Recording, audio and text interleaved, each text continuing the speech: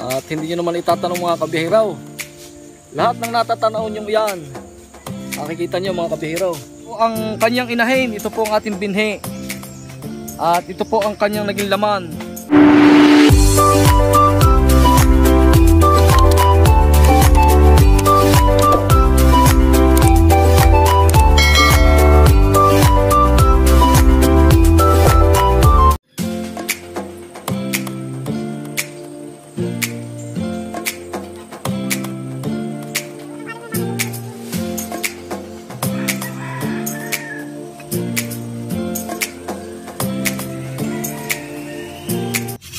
Good morning po mga kabihero. Nandito tayo sa aking taniman. At napaka-exciting mga kabihero ang araw na ito dahil ito ang matagal natin pinakahihintay. Dahil sa ating sa ating paghihirap na sa pagtatanim at pinagkagastusan. So ito na po ang araw ng ay siyam na buwan nating hinintay na ang time ng pag-harvest na ang ating harvestin ngayon ay ating luya root crops. At kasama natin siyempre si Teddy Boy, si Kuya Carlos, si Tita Marie, si Bihera, at si Aka, at si Editor kasama din natin. At siyempre hindi mawawala ang ating camera woman. So ngayon mga kabihero ay subaybayan ninyo ang video kong ito. At para malaman natin o maalaman ninyo ang dahilan kung bakit ko hinukay nang wala sa panahon ng aking luya. Okay mga kabihero, sama-sama tayo.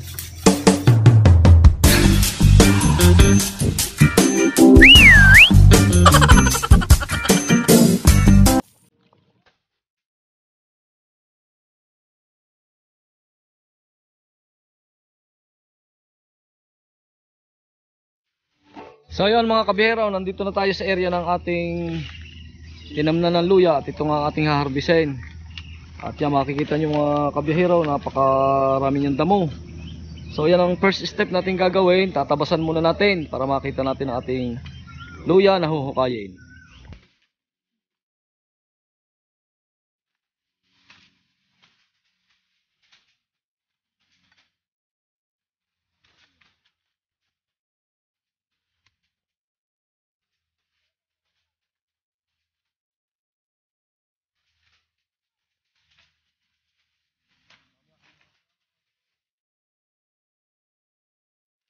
So mga kabihero, talagang ginawa natin itong masukalan.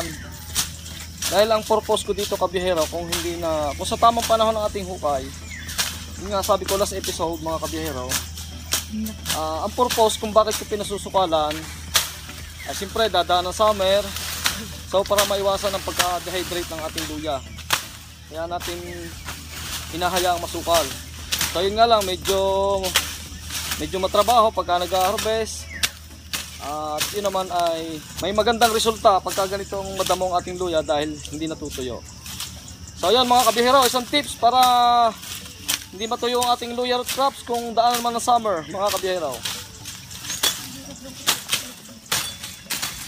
Bago ang lahat ay pasasalamat ko kay Lord na nga sa mga oras nito ay siyempre ang nararamdaman natin ngayon ay ang kasiyahan mga kabihero dahil kung hindi gawa kay Lord at sa binigyan tayo ng kalakasan ng katawan, pangunahin ng ating mga magtatrabaho, ay hindi natin magagawa o hindi mangyayari ang araw na ito kung hindi gawa kay God.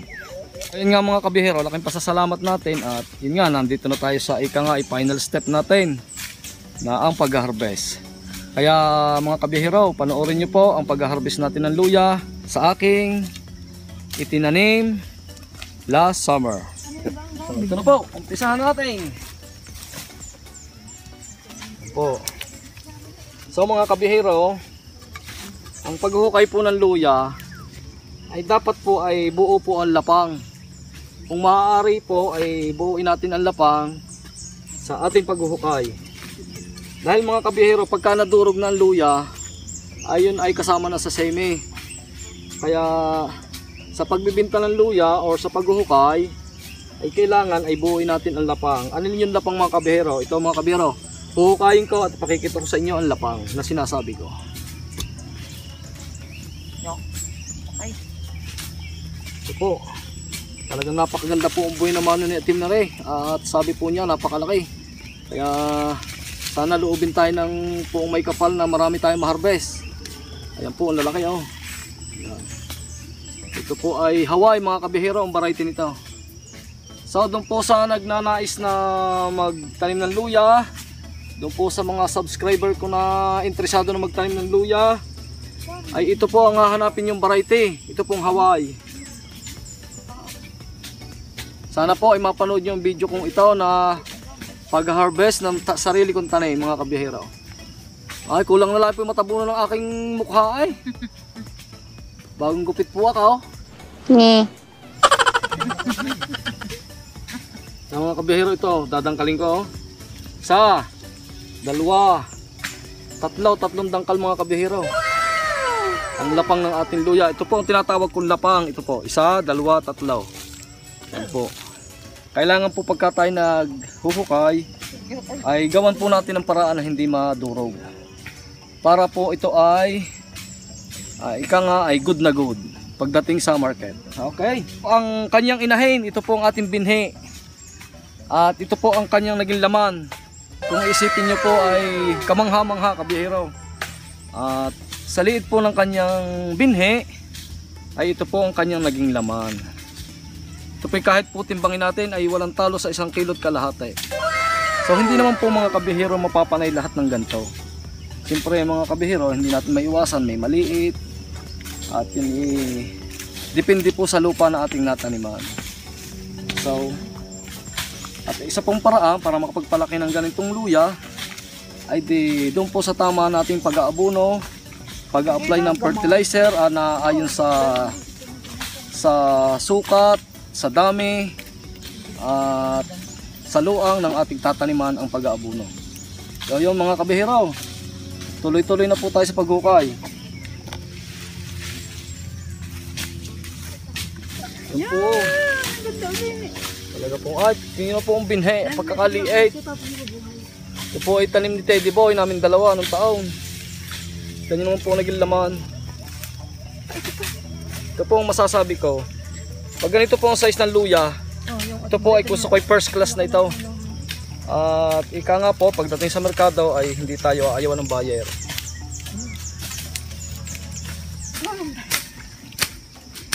Tingnan po ang ating editor at na sumama po ng paghukay at na-inspire din po kay Behirong Batangginyo at ito daw po niya maranasan ang mag-harvest ng luya.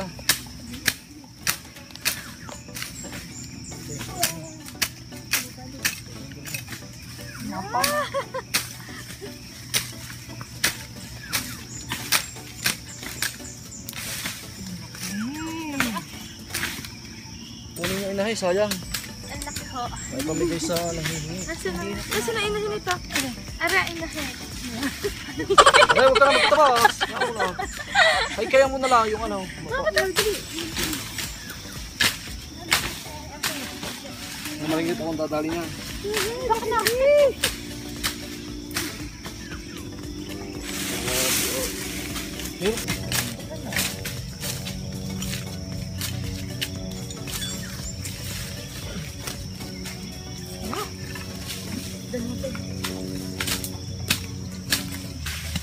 At kinokot-kot na rin ako. Wala ako na matilis. Wala ikabayan. Yun naman mga kabiyahiraw at ilang minuto pa lang ay nasa siguro humigit kumulang na sa 10 kilos ang ating na-harvest.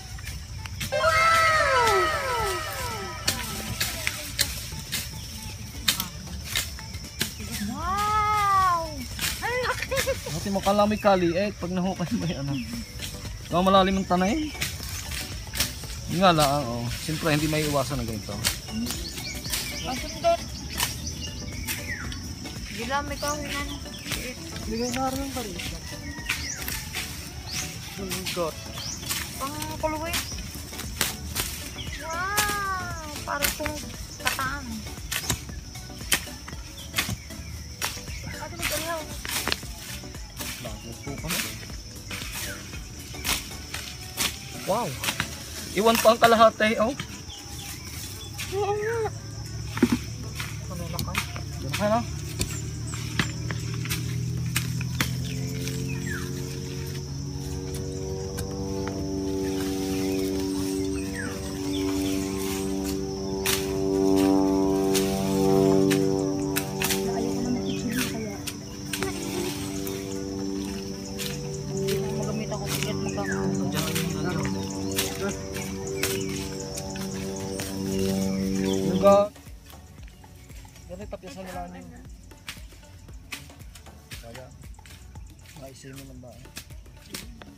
Kung talagang jumbo. Lahat yan magkakasama. Sir Nelson at saka Sir Conrad, sana mapanood yung video kong ito. At pinapangako ko sa inyong dalawa at magkakaroon kayo ng binhe kung kayo nais magtanim ng luya. Kung hindi man tayo dito makakuha, ay marami pa, may natampahan na po tayong luya na para sa inyo. Kaya shoutout po kay Sir Nelson at kay Sir Conrad ng USA. At doon po sa iba pa nagtatanong ng pananim na luya, ay sa April po. Yung po ang tamang harvest ng luya na po pwede nating itanim mga kabiyahero. Dahil ito po kung halimbawa itatanim natin, so i-stock pa po natin ito, ay malaki po magiging recycle. Ano po yung recycle kung tawagin namin? Yung po ay yung magiging less ng luya root crops. Dahil pag ito po ay napa-stock, siyempre ito po ay dadaan po ang tag-init. So hindi po maiwasan na papayat po ang ating luya. Kaya mas mainam mga kabiyahero kung kukuha kayo ng binhe dito sa aming lugar ay harvest ng buwan ng April mga kabiyahero. Ano naman mga kabiyahero, oh? Makikita ko sa inyong binhi na rin. Yun naman ho, ito lang ang binhi, oh.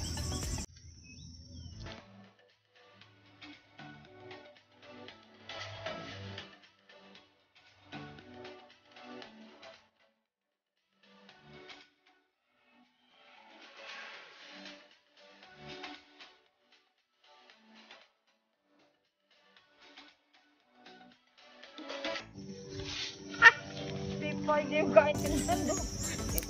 Kuha mo dali. Kuha mo dali. Okay.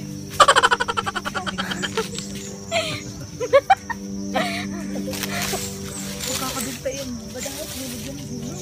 Kabilang side at doon marami ng himayin ang ating maghihimay. So ito naman ang ating uumpisahan. Ayan mga kabihiro, malaki din.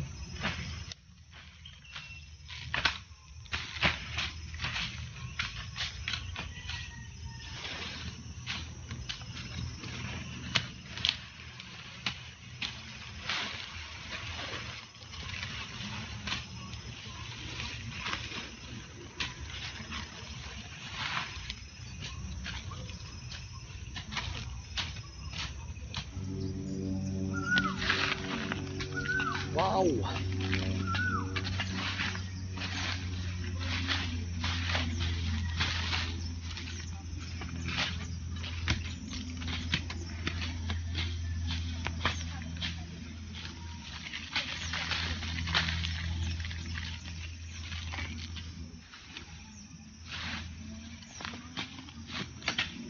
Kuhanin ko lang dito.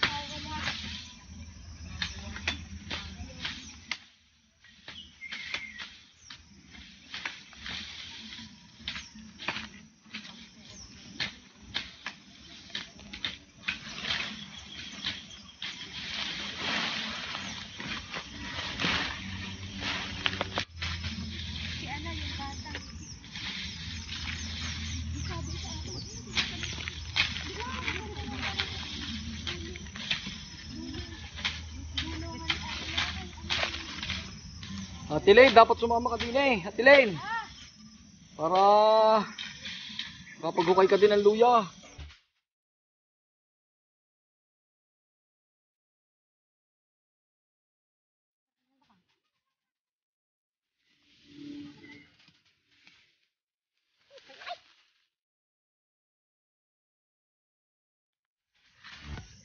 So yun po mga kabihiro, hindi natin patatagalin ika nga kung bakit natin maagang hinarvest ito, dahil ang target ko mga kabihiro dito ay dapat ay March 15 ang harvest nito. So mga kabihiro, ipagpaumanhin po ninyo kung hindi natin maisasagad ng March 15 dahil sa kadahilan na tayo po ay nangangailangan ng budget.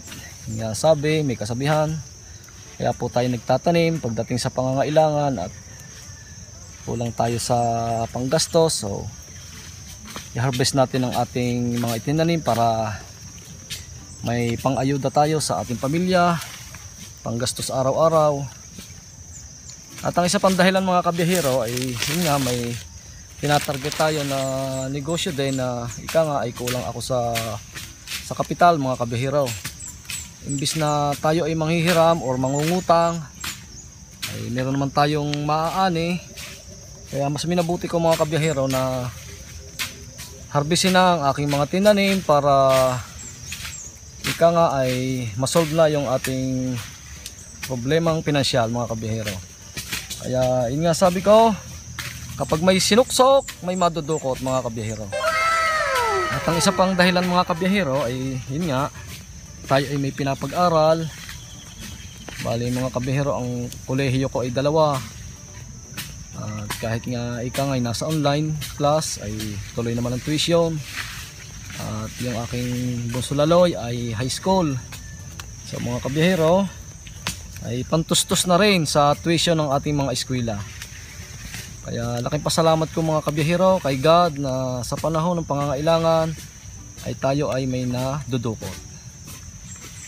Mga kabiyahero, salamat. Maraming salamat po.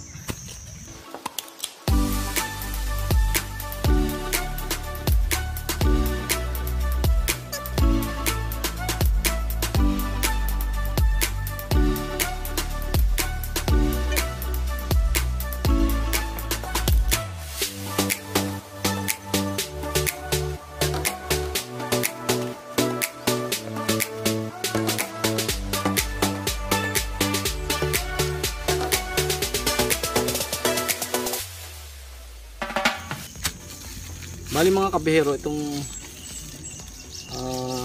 luya kong tinanim ay yun nga, sabi ko 3 partida ito.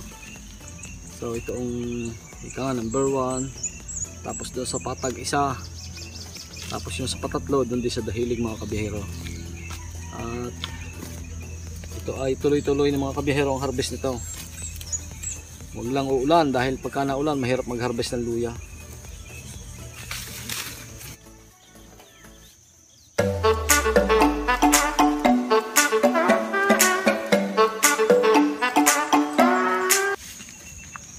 Narinig Franco.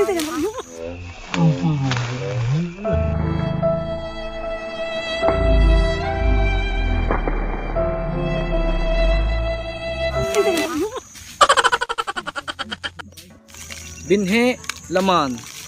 Laman. Sila kailangan mata ko ay. Ang binhi. Ang laman na may malaki sa mukha. Nakatuwa. Shout out sa Kuya A. Sa crew ng mga ng Kuya A Lomi House. At sa owner kay Madam Mabel Asa at kay Boss Jaime Asa. Shout out sa inyo.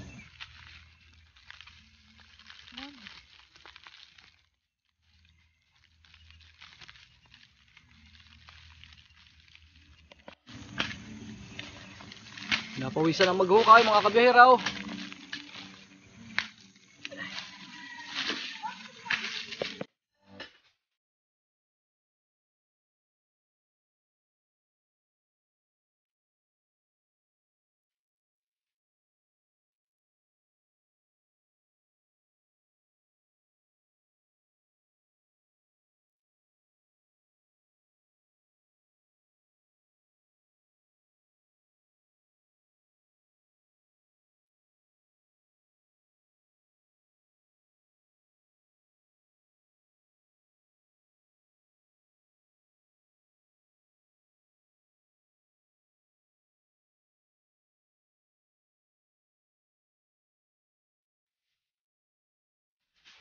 So mga kabiyahero, ang pinaplano ko namang itanim dito sa hukay natin ng luya ay sasagad naman natin dito yung yung ating gabi root crops. At itong magandang taniman ng gabi lalo pagkat natanim na ng luya. So ibig sabihin nabawasan na ng grano ang lupa. Kaya magiging laman ng gabi dito ay yung matataba na bilog mga kabiyahero. Base sa aking karanasan. Sa mga kabihero, pahinga muna at madami-dami naman ating nahukay. At hindi nyo naman itatanong mga kabihero. Lahat ng natatanaw nyo yan, makikita nyo mga kabihero. Lahat kulay green, hindi po yan akay. Yan po ay, sa totoo lang po itong lupang itong tinataniman ko. Ito po ay, yun nga sabi ko last episode, ito po ay ariendo ko sa isang kamag-anak ko. At wala naman po tayong lupa na po pwedeng tamnan, kaya po tayo ay nagre-renta lang ng lupa para tayo po ay may matamnan. At pagdating ng panahon ay tayo po ay may maani mga kabihero.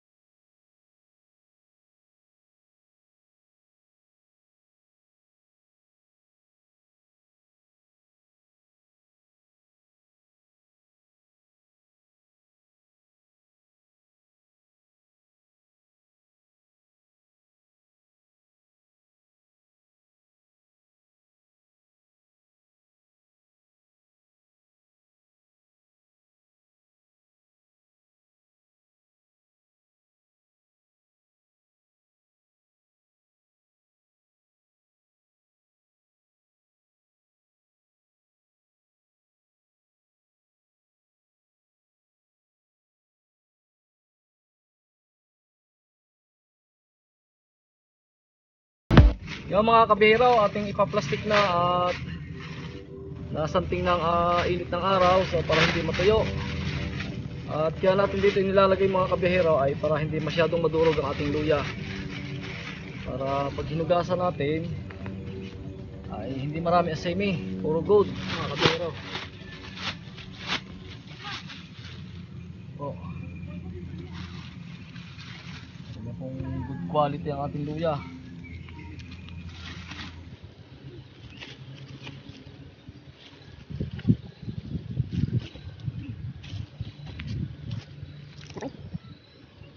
Wala ka, ito lang din hiyo. Talagyan naman.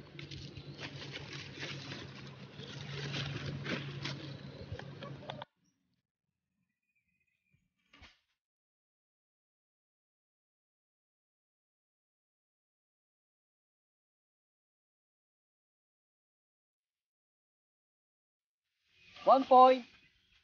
Dadalhin natin sa dampa mga kabihero at mainit.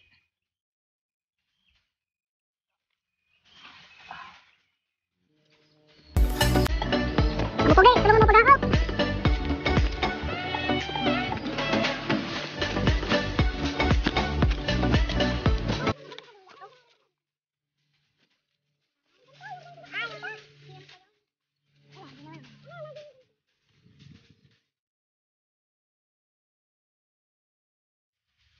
Mga kabihero, ating hinahakot to sa dampa at ganong mainit daw sa area ng ating hinuhukayan ay para hindi malaya ang ating luya. So mga kabihero, kagat ako ng hantik oh. Kagat ako ng hantik sa ulo oh, dalawa. Kaya ingat din po pagka nasa gubat, marami pong mga ngagat na insektaw. Masakit. Hantik po nakakagat sa akin. Magdidikit mo ng apoy at pagluluto ng pangulang. Doon ako sa dulo daw. Kuhanin ko ulit pangumpay. Campaign.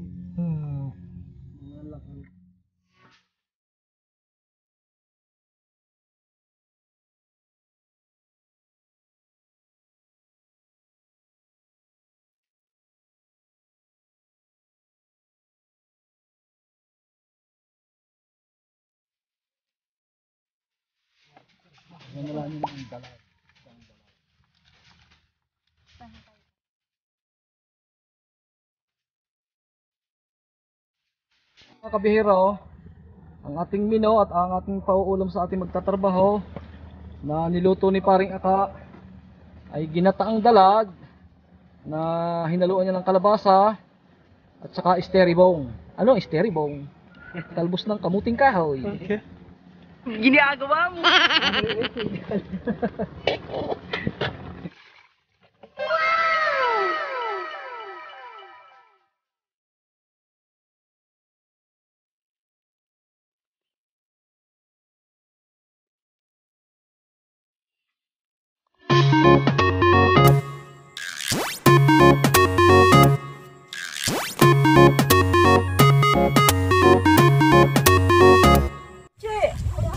Kain po tayo mga kabiyahero.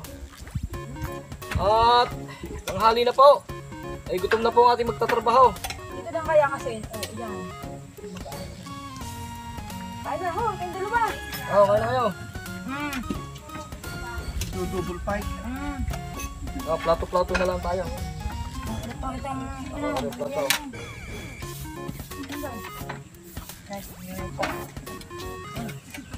Okay. yung dalawa. Kain kayo. Che!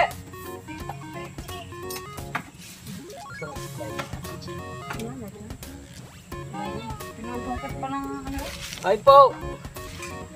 Ano niya, bigyan. Kahit po kayo ng ginataang dalag na may steribong. Ano ulam di Che, oh. Alam na. Che, yung ulam. Ginataang dalag na may itlog mga kabihero, tapos may steribong at saka kalabasa. Ano kayo, Che? Ano pa? Look at this dude. Pare, dito. Pare, lumok na ka na diyan. Kain po kayo, kain. Tawag dito? Tawag sa apalya mo, ha? Ensaladang ampalaya. Yummy. Sarap.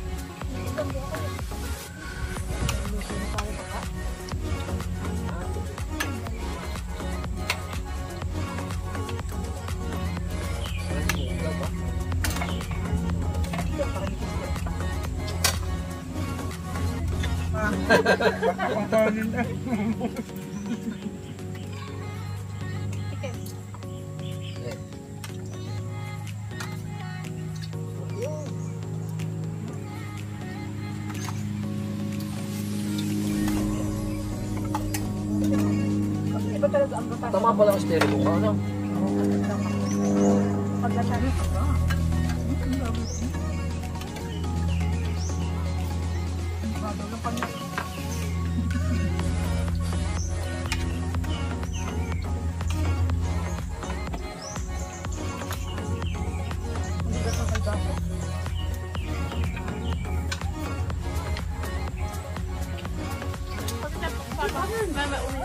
Bantay pa kayo dyan na rin.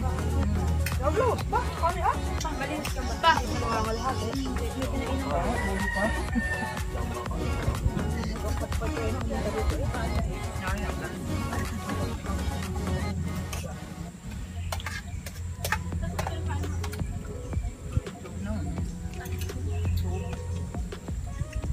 Stereo. Kanin pa more.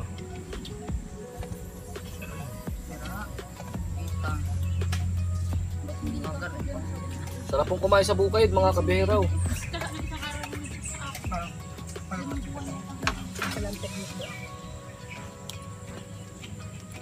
Ayos mga kabiheraw.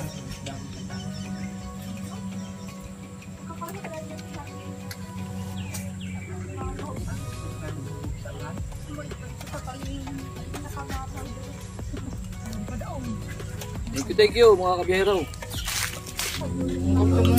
Kahang Carlos. Carlos daw. Tama na, ay, puro na tinik.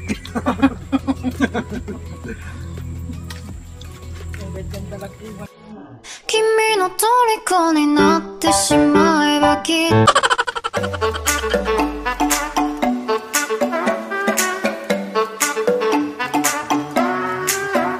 Hello, meron na po tayo. Kamuting kahoy po. Nakatira sa Chipred na lupa. Kasarap.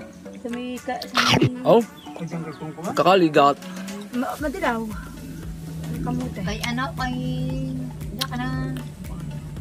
Ito po ay Ile? Hindi. Kita mo dati yung nakatira sa... binili namin kamuting kahoy. Ile nga.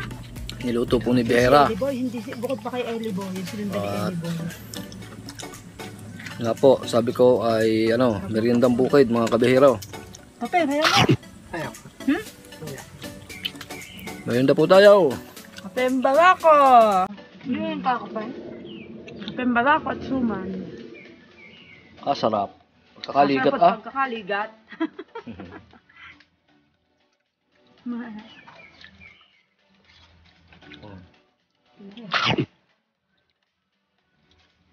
Ayan po. May merienda kami at saka medyo masanting pong init kaya pahinga muna dito sa dampa.